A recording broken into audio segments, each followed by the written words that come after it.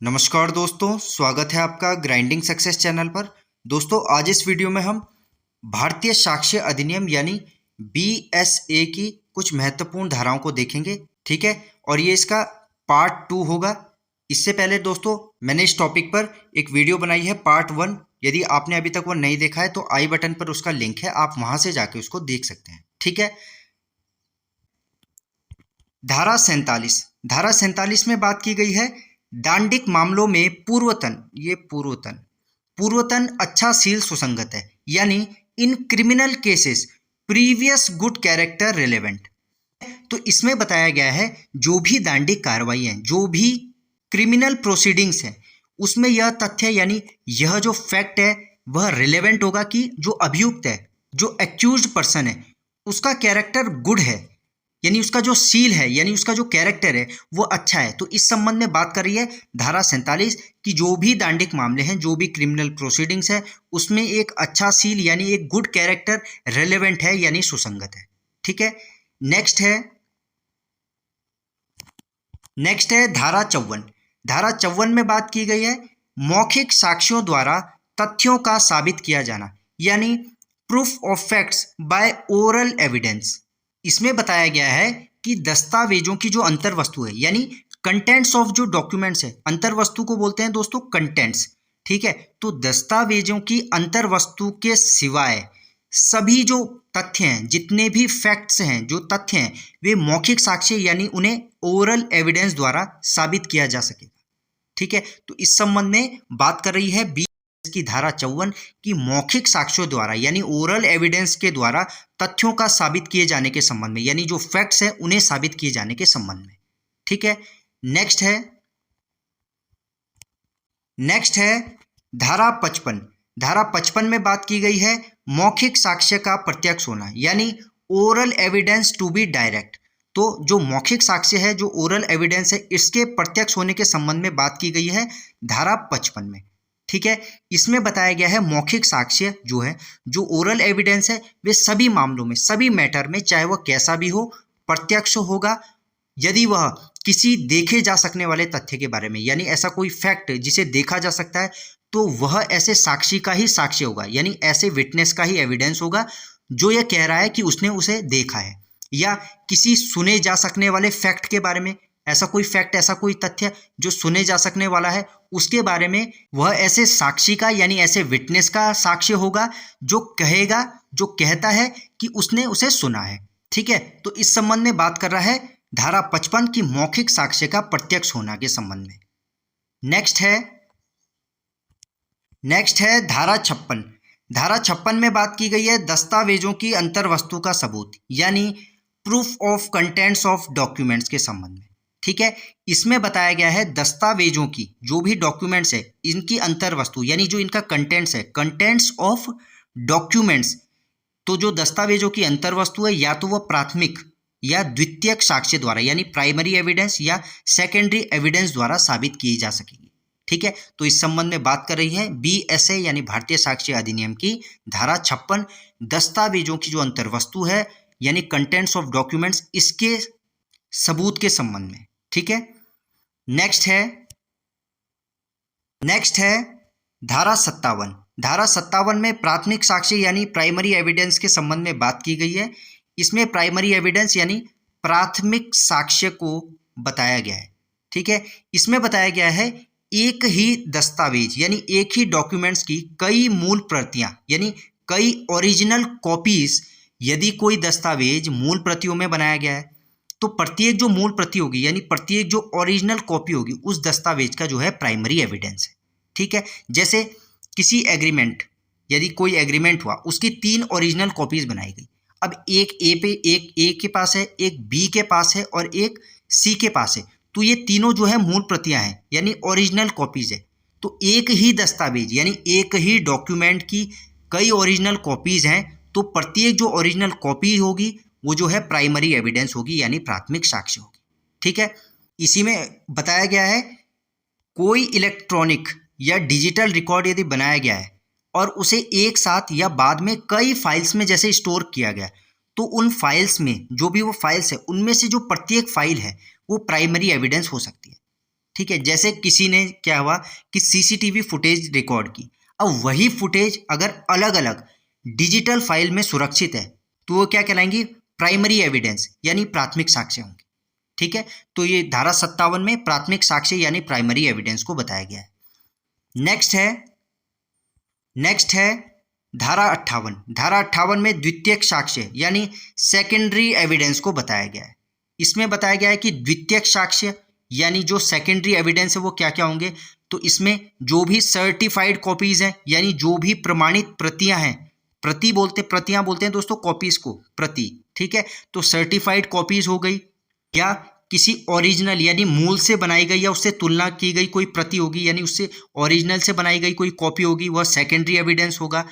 जितनी भी मौखिक स्वीकृतियां हैं यानी ओरल एडमिशंस है या लिखित स्वीकृतियां हैं यानी रिटन एडमिशंस है, तो ये सभी क्या है दोस्तों, ये सभी द्वितीयक साक्ष्य यानी सेकेंडरी एविडेंस कहलाएंगे। ठीक है, तो धारा 58 में द्वितीयक साक्ष्य को बताया गया है। धारा 57 बात करती है प्राइमरी एविडेंस के संबंध में और धारा 58 बात करती है द्वितीयक साक्ष्य यानी सेकेंडरी एविडेंस के संबंध में। ठीक है, नेक्स्ट है धारा 63। धारा 63 में बात की गई है इलेक्ट्रॉनिक अभिलेख की ग्राह्यता यानी एडमिसिबिलिटी ऑफ इलेक्ट्रॉनिक रिकॉर्ड्स। तो जो इलेक्ट्रॉनिक रिकॉर्ड्स है इनकी एडमिसिबिलिटी के बारे में बात करती है BSA भारतीय साक्ष्य अधिनियम की धारा 63। ठीक है, नेक्स्ट है धारा 66। धारा 66 में बात की गई है इलेक्ट्रॉनिक हस्ताक्षर के बारे में सबूत यानी proof as to electronic signature. इसमें बताया गया है अगर किसी इलेक्ट्रॉनिक रिकॉर्ड में किसी व्यक्ति का जो है कोई इलेक्ट्रॉनिक सिग्नेचर लगा हुआ है, ठीक है, तो यह साबित करना होगा कि वह इलेक्ट्रॉनिक सिग्नेचर वास्तव में जो है उसी व्यक्ति का है। यह बात कर रही है धारा 66 यानी इलेक्ट्रॉनिक हस्ताक्षर के बारे में सबूत के संबंध में।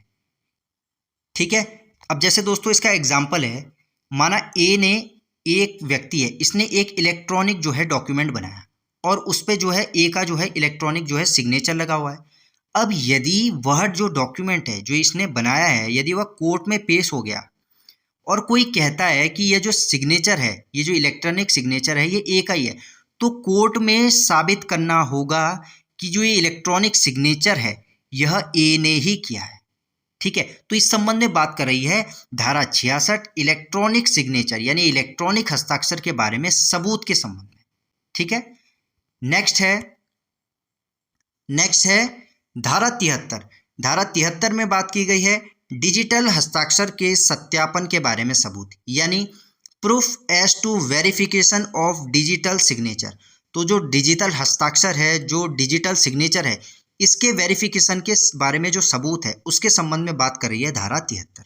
ठीक है, इसमें बताया गया है कि यह अभिनिश्चित करने के लिए या यह एसर्टेन करने के लिए कि क्या कोई डिजिटल सिग्नेचर उसी व्यक्ति का है जो इस बारे में बात कर रहा है, तो वहाँ पे न्यायालय जो है ये निर्देश दे सकेगा कि वह व्यक्ति या नियंत्रक या जो सर्टिफाइंग अथॉरिटी है उस डिजिटल हस्ताक्षर के जो है प्रमाण पत्र प्रस्तुत करें। ठीक है, तो धारा 73 में बात की गई है डिजिटल हस्ताक्षर के जो सत्यापन है, जो इसका वेरिफिकेशन है, इसके बारे में सबूत के संबंध में। नेक्स्ट है धारा 74। धारा 74 में बात की गई है लोक और प्राइवेट दस्तावेज के बारे में यानी पब्लिक एंड प्राइवेट डॉक्यूमेंट्स। तो लोक और प्राइवेट दस्तावेज, पब्लिक और प्राइवेट डॉक्यूमेंट्स के बारे में बात करती है BSA की धारा 74। ठीक है, इसमें बताया गया है कि पब्लिक डॉक्यूमेंट्स, लोक दस्तावेज वे दस्तावेज हैं जो प्रभुता संपन्न प्राधिकारी यानी जो सॉवरेन अथॉरिटी है इनके और शासकीय निकाय, जो भी ऑफिशियल बॉडीज हैं, निकाय बोलते हैं दोस्तों बॉडीज को, जो भी शासकीय निकाय हैं, जो अधिकरण है यानी जो भी ट्रिब्यूनल्स हैं, और भारत के या विदेश के, इंडिया के या किसी फॉरेन के जो लेजिस्लेटिव है यानी विधायी हैं, जो जुडिशियल न्यायिक और एग्जीक्यूटिव जो कार्यपालक लोक अधिकारियों के कार्यों के रूप में या उनके जो कार्यों के अभिलेख हैं, जो उनके कार्यों के रिकॉर्ड्स हैं उनके रूप में हैं, तो उन्हें ही दोस्तों पब्लिक डॉक्यूमेंट्स यानी लोक दस्तावेज कहते हैं। और प्राइवेट दस्तावेज क्या है? तो प्राइवेट दस्तावेज इन सभी दस्तावेजों के अलावा जो भी दस्तावेज हैं वे सभी प्राइवेट दस्तावेज यानी प्राइवेट डॉक्यूमेंट्स कहलाएंगे। ठीक है, नेक्स्ट है धारा 75। धारा 75 में बात की गई है लोक दस्तावेजों की प्रमाणित प्रतियां यानी certified copies of public documents. तो जो लोक दस्तावेज हैं, जो पब्लिक डॉक्यूमेंट्स है, इनकी जो सर्टिफाइड कॉपीज है, इसके संबंध में बात कर रही है धारा 75, धारा 75। इसमें बताया गया है जो प्रत्येक लोक अधिकारी, जो भी पब्लिक ऑफिसर है, जिसकी अभिरक्षा में यानी जिसकी कस्टडी में ऐसा कोई लोक दस्तावेज है यानी ऐसा कोई पब्लिक डॉक्यूमेंट है जिसका निरीक्षण यानी जिसका इंस्पेक्शन करने का किसी को अधिकार है, तो यदि वह व्यक्ति उस डॉक्यूमेंट की, उस पब्लिक डॉक्यूमेंट की डिमांड करता है, यदि उसकी मांग करता है, तो उस व्यक्ति को उसकी एक प्रति यानी उसकी एक कॉपी जो है विधिक फीस यानी जो भी कानूनी फीस है उसके पेमेंट हो जाने पर ऐसी प्रति के नीचे जो है लिखित प्रमाण पत्र सहित जो है उसको देगा। ठीक है, तो इस संबंध में बात कर रही है बीएसए की धारा 75। नेक्स्ट है धारा 78। धारा 78 में बात की गई है प्रमाणित प्रतियों के असली होने के बारे में उपधारणा यानी presumption as to genuineness of certified copies. तो जो प्रमाणित प्रतियां हैं, जो सर्टिफाइड कॉपीज है, इनके जो जेन्युइननेस है, जो इनके असली होने के बारे में उपधारणा है, उसके प्रिजम्पशन के बारे में बात कर रही है 78। ठीक है, इसमें बताया गया है न्यायालय जो है, जो कोर्ट है, वो प्रत्येक ऐसे दस्तावेज का असली होना यानी उसके जेन्युइननेस के होने के बारे में उसे प्रिजम्पशन करेगा, ऐसा प्रिज्यूम करेगा कि जो ऐसा प्रमाण पत्र है या जो ऐसी प्रमाणित प्रति यानी सर्टिफाइड कॉपी है या कोई अदर डॉक्यूमेंट है जिसका किसी विशिष्ट तथ्य यानी किसी पर्टिकुलर फैक्ट के साक्ष्य के रूप में जो है उसे विधि द्वारा घोषित है। ठीक है, तो इस संबंध में बात कर रही है धारा 78। नेक्स्ट है धारा 80। धारा 80 में बात की गई है राजपत्रों, समाचार पत्रों और अन्य दस्तावेजों के बारे में उपधारणा यानी presumption as to gazettes, newspapers and other documents. तो धारा 80 में बात की गई है जो भी राजपत्र हैं, जो भी समाचार पत्र है और जो अदर डॉक्यूमेंट्स है, इनके बारे में जो न्यायालय है, जो कोर्ट है, इसके प्रिजम्पशन के बारे में, इसकी उपधारणा कर सकने के संबंध में बात कर रही है धारा 80। नेक्स्ट है धारा 84।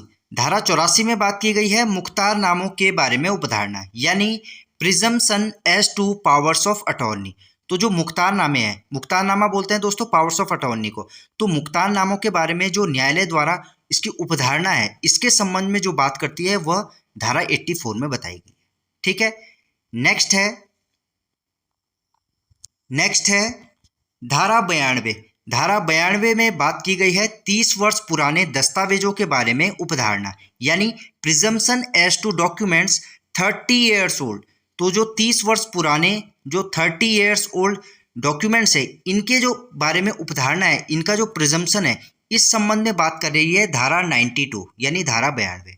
ठीक है, इसमें बताया गया है अगर कोई डॉक्यूमेंट, अगर कोई दस्तावेज जो है 30 साल पुराना है और वह किसी सही परिस्थिति में जो है न्यायालय के सामने जो है उसे पेश किया जाता है, उसे प्रस्तुत किया जाता है कोर्ट के सामने, तो न्यायालय जो है, जो कोर्ट है, वह यह मान सकता है कि उस दस्तावेज पर, उस डॉक्यूमेंट पर जो भी सिग्नेचर है यानी जो भी हस्ताक्षर है और जो उसका एग्जीक्यूशन किया गया, जो उसका निष्पादन किया गया है, वह सही व्यक्ति द्वारा किया गया था।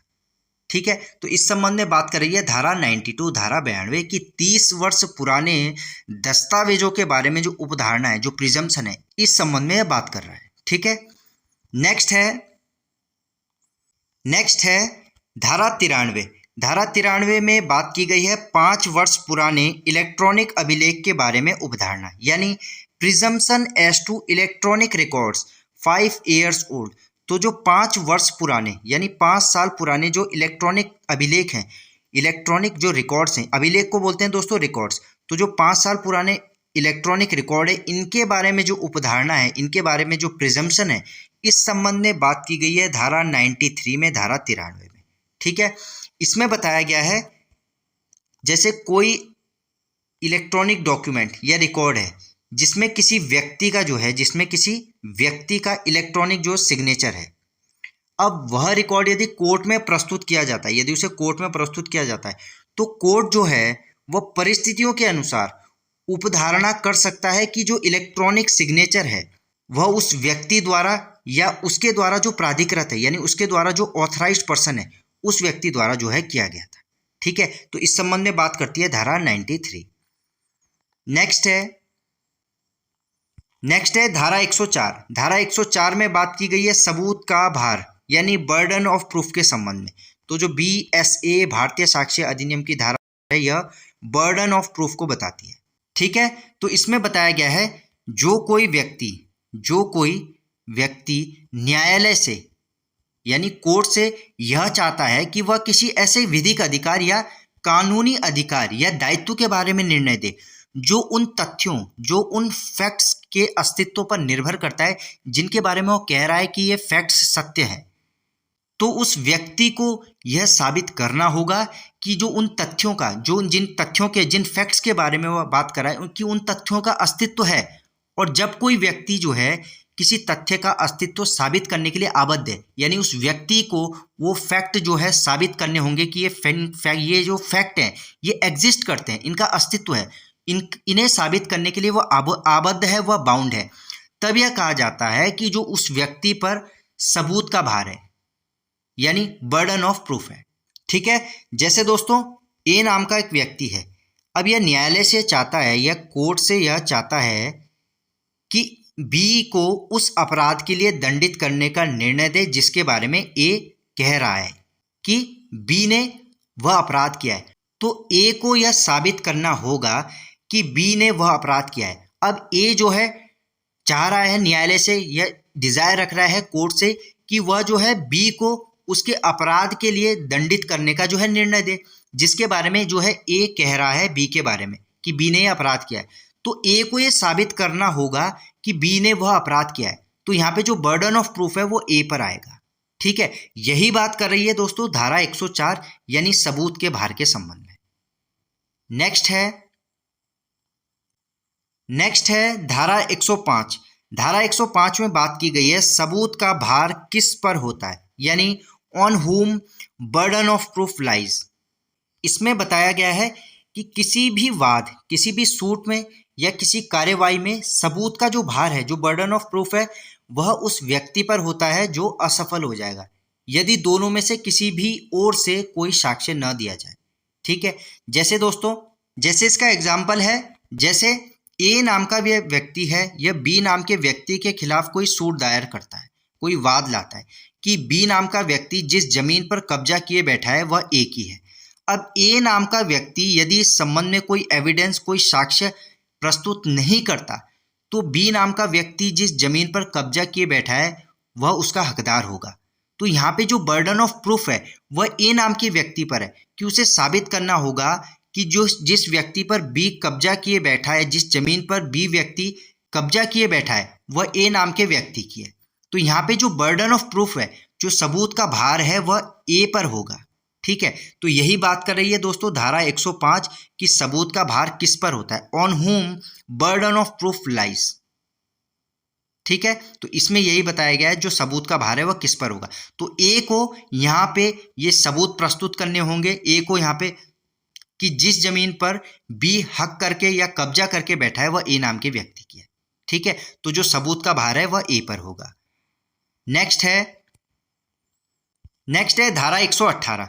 धारा 118 में बात की गई है दहेज मृत्यु के बारे में उपधारणा यानी presumption as to dowry death. तो जो दहेज मृत्यु है, जो डाउरी डेथ है, इसके बारे में जो प्रिजम्पशन है, इसके संबंध में बात कर रही है धारा 118। इसमें बताया गया है कि जब प्रश्न यह है, जब क्वेश्चन ये है कि क्या किसी व्यक्ति ने किसी महिला की जो दहेज मृत्यु है वह कारित की है यानी डाउरी डेथ कारित की है, और यह दर्शित किया जाता है या बताया जाता है कि मृत्यु के पहले ऐसे व्यक्ति ने जो है दहेज की मांग के लिए या उस संबंध में उस महिला के साथ किसी भी प्रकार की क्रूरता की थी या उसको तंग किया था, तो जो न्यायालय है, जो कोर्ट है, वह यह उपधारणा करेगा यानी वह प्रिज्यूम करेगा कि ऐसे व्यक्ति ने जो है दहेज मृत्यु यानी डाउरी डेथ जो है कारित की थी। ठीक है, तो इस संबंध में बात कर रही है धारा 118। नेक्स्ट है धारा 121। धारा 121 में बात की गई है विबंध यानी एस्टोपल के बारे में। तो जो BSA भारतीय साक्ष्य अधिनियम की धारा 121 है, इसमें विबंध के बारे में यानी एस्टोपल के बारे में बात की गई है। इसमें बताया गया है जब किसी व्यक्ति ने अपने कहने, करने या कुछ न करने से दूसरे व्यक्ति को किसी बात पर यह विश्वास, यह ट्रस्ट कराया या करा दिया है और उस विश्वास के आधार पर दूसरे व्यक्ति ने कोई काम कर लिया, तो बाद में जो है पहला जो व्यक्ति है वह मुकर नहीं सकता। ठीक है, इसी संबंध में बात कर रहा है धारा 121 विबंध। जैसे इसका एग्जाम्पल है, माना ए ने बी से कहा, ए नाम का व्यक्ति है, इसने बी नाम के व्यक्ति से कहा कि यह जमीन मेरी है, किसी जमीन के बारे में। अब बी ने जो है, बी नाम के व्यक्ति ने ए की बात पे जो है विश्वास कर लिया और ए को पैसे देकर जो है वह जमीन खरीद ली, जिसके बारे में ए ने बात की थी कि यह जमीन उसकी है। अब बाद में ए कह रहा है कि असल में उस समय जमीन मेरी थी नहीं, इसलिए बी की खरीद जो है गलत है। तो ए ने जो ऐसा कहने, तो ए जो है, जो ए नाम का व्यक्ति है, उसे ऐसा कहने की अनुमति नहीं होगी, क्योंकि ए ने जो है खुद बी को यह विश्वास दिलाया था कि जमीन उसकी है और बी ने जो है उसी विश्वास के आधार पर जो है पैसे देकर जमीन खरीदी। तो यही है दोस्तों विबंध, विबंध यानी एस्टोपल, जिसे धारा 121 में बताया गया है। ठीक है, नेक्स्ट है धारा 124। धारा 124 में बात की गई है कौन साक्ष्य दे सकेगा, यानी हु मे टेस्टिफाई। तो इसे बताया BSA भारतीय साक्ष्य अधिनियम की धारा 124 में। इसमें बताया गया है कि सभी व्यक्ति जो है साक्ष्य देने के लिए सक्षम होंगे, यानी वो कॉम्पिटेंट है एविडेंस देने के लिए, जब तक कि न्यायालय यानी कोर्ट का यह विचार ना हो कि कोई अल्पवयस्क है या अत्यधिक वृद्धावस्था शरीर का है या मन के रोग या इस प्रकार किसी अन्य कारण से जो उनसे प्रश्न किए जाएंगे उन्हें समझने में या उनका उत्तर देने में, उनका आंसर देने में वह असमर्थ है। ठीक है, तो यही बताया गया है धारा 124 में। नेक्स्ट है धारा 125। धारा 125 में बात की गई है साक्षी का मौखिक रूप से संसूचित करने में असमर्थ होना, यानी witness unable to communicate verbally. इसमें बताया गया है ऐसा कोई साक्षी, ऐसा कोई विटनेस जो है, ऐसा कोई साक्षी जो बोलने में जो है असमर्थ है, जो बोलने में असमर्थ है, तो वह जो है लिखकर या संकेत चिन्हों द्वारा अपना साक्ष्य, अपना एविडेंस जो है दे सकेगा। लेकिन जो ऐसा लेखन है जो ये लिखकर बताएगा या संकेत जो है वह जो है खुले न्यायालय में लिखे और किए जाने चाहिए, और जो इस प्रकार का जो साक्ष्य दिया जाएगा, इस प्रकार का जो साक्ष्य होगा उसे मौखिक साक्ष्य यानी ओरल एविडेंस माना जाएगा।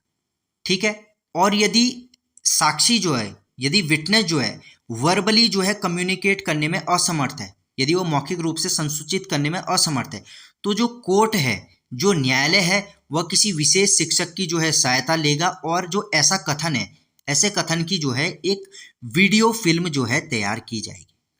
ठीक है, तो इस संबंध में बात कर रही है धारा 125 साक्षी का मौखिक रूप से संसूचित करने में असमर्थ होने के संबंध में। ठीक है,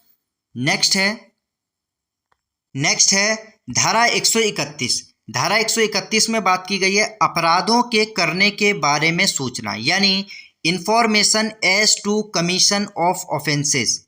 तो जो अपराध हैं इनके करने के बारे में सूचना के संबंध में जो बात की गई है वह धारा 131 में की गई है। ठीक है, इसमें बताया गया है कोई भी मजिस्ट्रेट या पुलिस अधिकारी यह कहने के लिए विवश नहीं किया जाएगा कि किसी अपराध के लिए, किसी अपराध के किए जाने के बारे में उसे जो है कोई सूचना कब मिली, और किसी राजस्व अधिकारी को यह कहने के लिए जो है विवश नहीं किया जाएगा कि उसे लोक राजस्व यानी पब्लिक जो रेवेन्यू है उसके विरुद्ध किसी अपराध के किए जाने के बारे में कोई सूचना जो है कब मिली। ठीक है, तो इस संबंध में बात कर रही है धारा 131 कि कोई भी जो मजिस्ट्रेट है या पुलिस अधिकारी यह कहने के लिए विवश नहीं किया जाएगा कि किसी अपराध के किए जाने के बारे में उन्हें जो है सूचना कब मिली, और कि या किसी भी राजस्व अधिकारी को यह कहने के लिए विवश नहीं किया जाएगा कि जो लोक राजस्व के विरुद्ध जो अपराध है उसके किए जाने के बारे में उसे सूचना कब मिली। ठीक है, तो इस संबंध में जो बात की गई वह धारा 131 में की गई है कि अपराधों के करने के बारे में सूचना। नेक्स्ट है धारा 132। धारा 132 में बात की गई है वृत्तिक संसूचनाएं यानी प्रोफेशनल कम्युनिकेशंस। इसमें बताया गया है कि कोई भी अधिवक्ता जो है अपने मुवक्किल यानी अपने क्लाइंट की अभिव्यक्त सम्मति के बिना यानी उसकी कंसेंट के बिना उसके द्वारा की गई किसी भी संसूचना को जो है डिस्क्लोज नहीं करेगा, यानी उसे प्रकट नहीं करेगा। ठीक है, तो यही बात कर रही है धारा 132। नेक्स्ट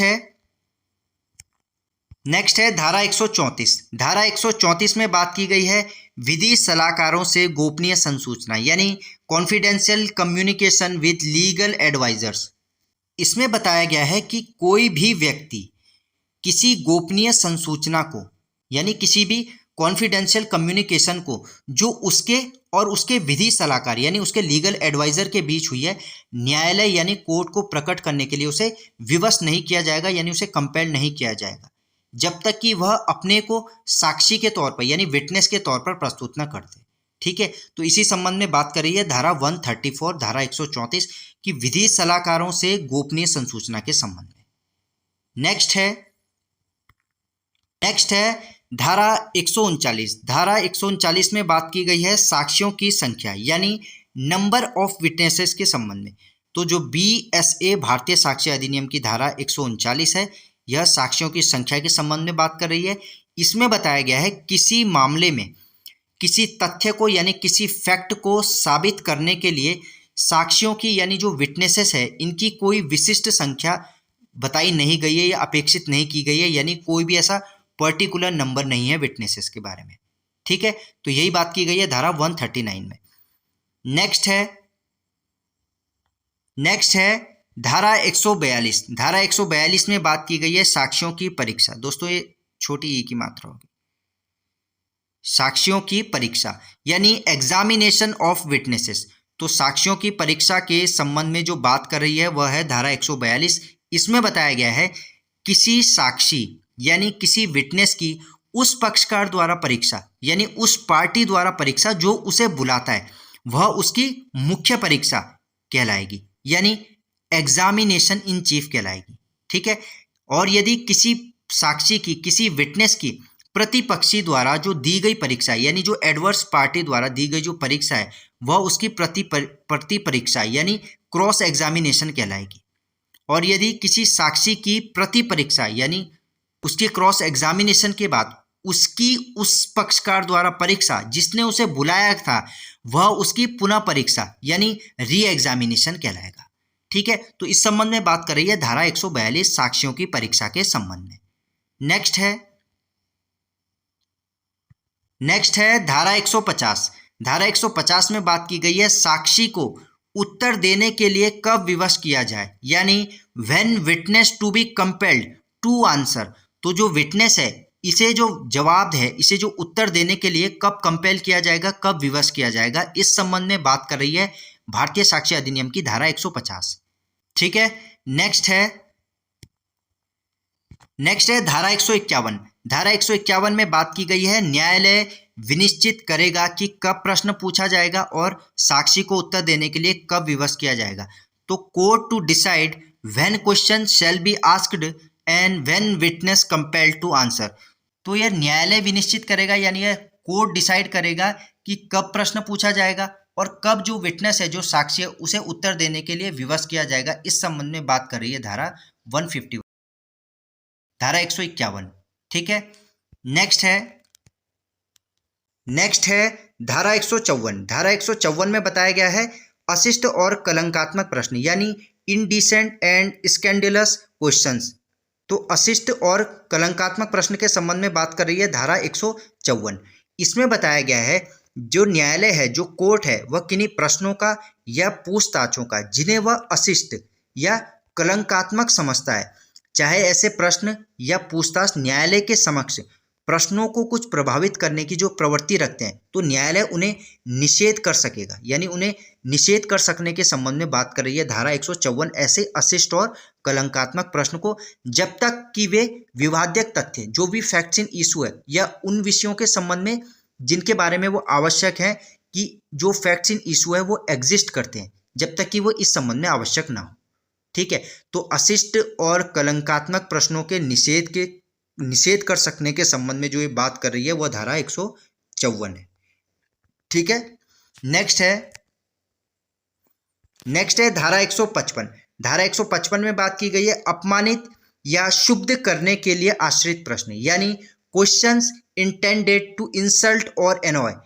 तो इसमें बताया गया है जो कोर्ट है, जो न्यायालय है, ऐसे प्रश्न निषेध कर सकेगा जो न्यायालय को लगता है कि वह अपमानित या शुद्ध करने के लिए आशायित है, यानी इंटेंडेड है किसी को अपमानित करने के लिए, किसी को शुद्ध करने के लिए, यानी किसी को इंसल्ट करने के लिए, किसी को एनॉय करने के लिए। ठीक है, तो इस संबंध में बात कर रही है धारा 155। नेक्स्ट है धारा 157।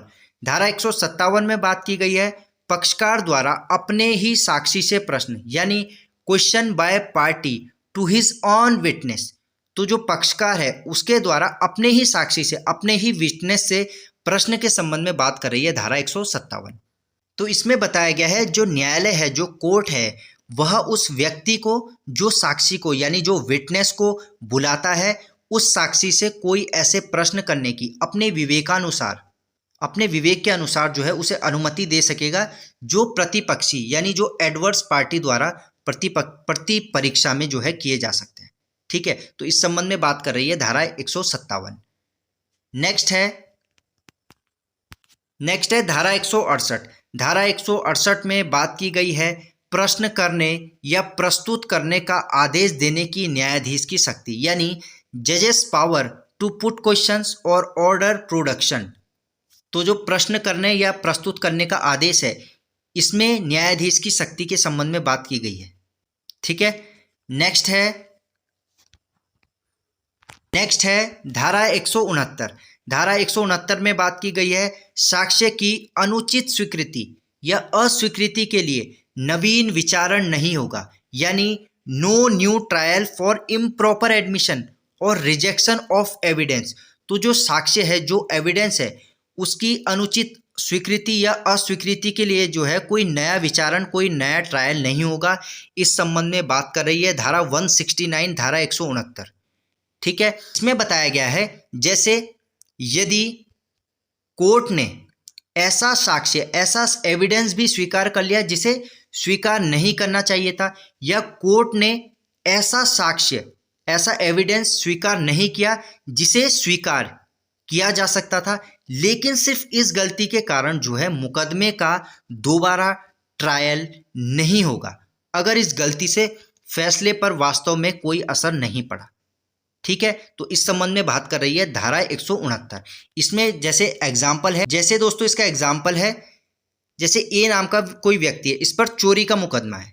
अब कोर्ट ने क्या किया कि गलती से एक गलत साक्ष्य जो है स्वीकार कर लिया, लेकिन उस गलत साक्ष्य को हटाने के बाद भी, जो गलत साक्ष्य स्वीकार किया गया था, यदि उसे हटा भी दें तब भी उसके खिलाफ जो है 3 गवाहों की गवाही थी, सीसीटीवी जो फुटेज थी वो बरामद थी। तो जो बाकी जो ये साक्ष्य हैं वो इतने पर्याप्त थे अपने आप में, यानी इतने सफिशिएंट थे कि ए के खिलाफ जो है वही फैसला फिर भी होता। ठीक है, तो इस संबंध में बात कर रही है धारा 169, यानी जो वो गलत साक्ष्य ले भी लिया था, जिस गलत साक्ष्य को स्वीकार कर भी लिया था, यदि उसे हटा भी दें तब भी जो पर्याप्त साक्ष्य हैं उनके आधार पर उसकी चोरी साबित हो सकती है या उसकी चोरी साबित हुई। ठीक है, तो इसी संबंध में बात कर रही है धारा 169।